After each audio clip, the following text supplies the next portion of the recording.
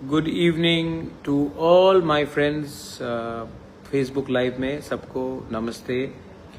I just wanted to tell you कि कल हमारा गरिया है और मैं सबको गरिया के गरिया पूजा के टाइम मैं सबको बोलता हूँ कि अपने परिवार में खुशहाली बांटिए, एक दूसरे से मत लड़िए। इलेक्शन खत्म हो चुका है और शांति का वातावरण रखिए। गरिया कोई भी पॉलिटिक्स से हजार साल बड़ा है और उसका अहमियत भी बहुत ज़्यादा है। It is more valuable to us than any politics. तो मैं गरिया पूजा के कल गरिया पूजा के अवसर में मैं आप सबको बोलता हूँ कि दुश्मनी छोड़ो, भाई भाई से हाथ मिलाओ, दोफा को सामने रखो और प्लीज़ फाइट मत करो। ये सब चीज़ से किसी का फ़ायदा नहीं होता है। ये सब चीज़ से हम सब का नुकसान होता है। आज मैंने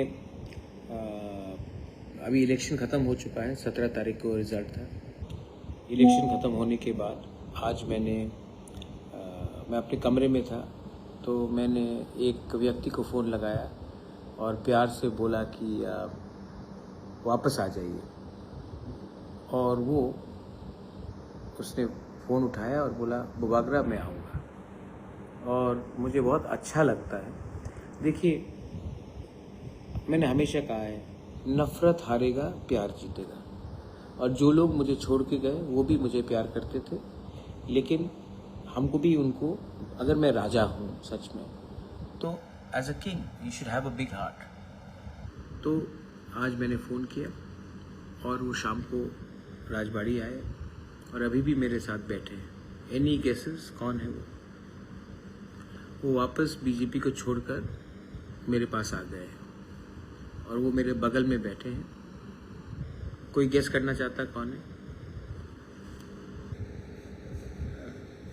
नमस्ते बोल दो अनंत बाबू।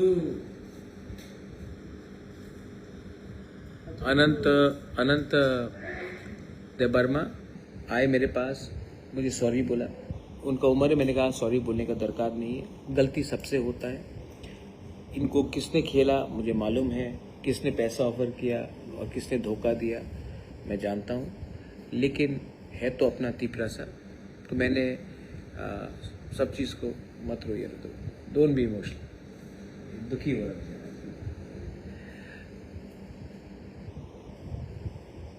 थानसा जीतेगा।